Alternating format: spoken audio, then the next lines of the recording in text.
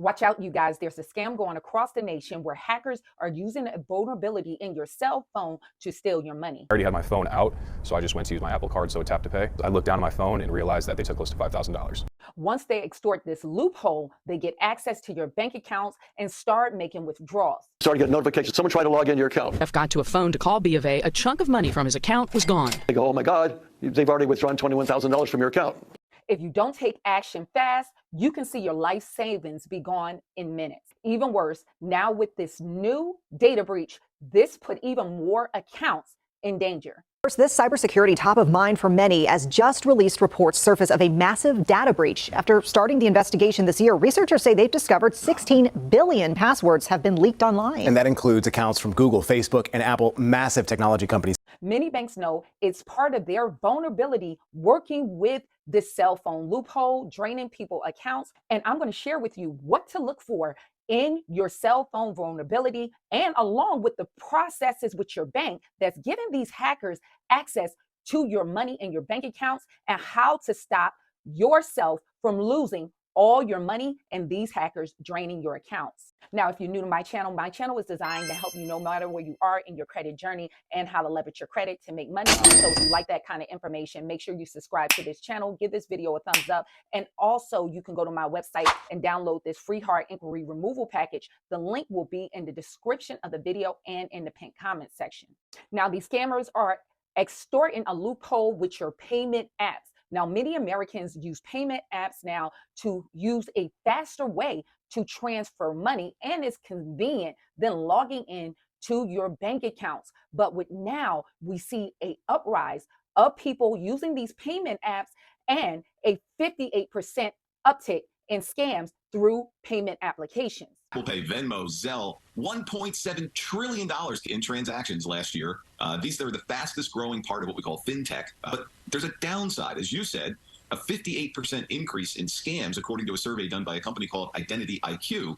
Now, one of the biggest ones that is getting hit right now is Apple Pay. Now, many people use Apple Pay for everyday purchases, but this is giving scammers a loophole to access your cell phone. And once they get a hold of it, it makes it very difficult for banks to stop them. There's a warning to consumers to closely monitor your bank statements and Apple Pay accounts after a series of thefts are discovered in the Mid-South. Law enforcement officers across the United States are now on the lookout for a sophisticated group of retail thieves who apparently have figured out how to crack Apple Pay to load up gift cards. This is pretty complex. It is very complex. We didn't realize the magnitude of it. This unidentified man was seen last week here in Nashville with 4 associates, all of whom were reportedly using Apple Pay to load blank gift cards with cash that was stolen from unsuspecting people's bank accounts. Now, one of the ways to protect yourself with my elite credit system, we use Smart Credit that has Money Manager. It gives you alerts and actively watch your bank accounts to see if you have any suspicious transactions. And Smart Credit gives you a identity and fraud insurance to protect yourself and your household. And with my elite credit system, users like Sean went from a 612 credit score where all his credit scores over 770 in a matter of 6 months. I will leave the link to my elite credit system and AI software in the description of the video and in the pinned comment section. He hit for probably 13 different locations in Nashville. What did he do? He went into different retailers and he would grab gift cards, go over to the self-checkout and load them for $180 on the average and use his Apple Pay account to load them, which comes back as fraudulent account later, and somebody has to eat that charge. Allred says the group has been linked to similar crimes in Kentucky, Texas, and now Utah. So one of the videos that someone sent me, he continued to tap. It's like he had multiple bank accounts.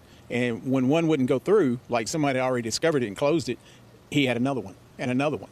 So that's where we're at. We're trying to determine where they're getting and how they're getting all these bank accounts. Now they're linking them to their Apple or to Apple. That's concerning for Apple. So far, Allred says the group is responsible for losses up to $3 million. Have you talked to Apple representatives? I have not, but several of the law enforcement guys we're working with have.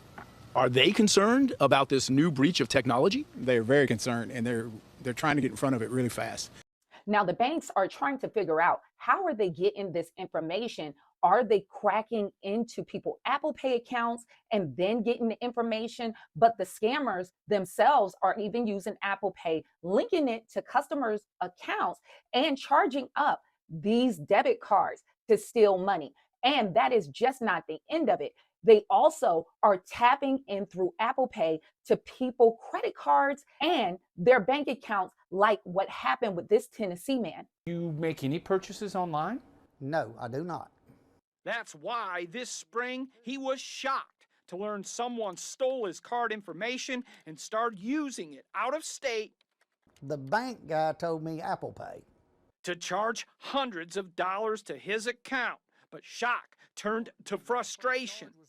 I was angry. I was mad. When Hewitt says the fraud didn't stop even after getting 4 new cards. Somebody had my account on Apple Pay and was getting my card numbers before I received them in the mail. In this gentleman's case, they were using his credit card connected with his Truist Bank account. Now, with Truist Bank, they do have credit cards, and it seems like with these scammers, they kept getting the updated information via his Apple Pay, and they kept getting these numbers even when he closed out the card and updated his account. They had the information before he would even get the new card information. 2 months after the fraud began, Hewitt says he's still fighting with the bank. There's $630 worth of fraudulent charges that are still being charged to my account.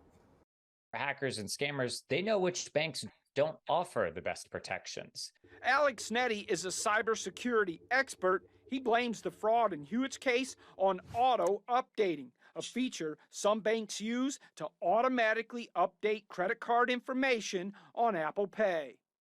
As a consumer, that sounds useful. The downside?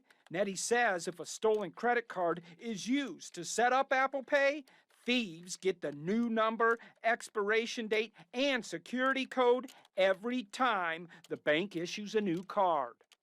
They need to have a different kind of option for when that card is stolen, to be able to flag it and say, hey, we need to revoke this authorization to Apple Pay.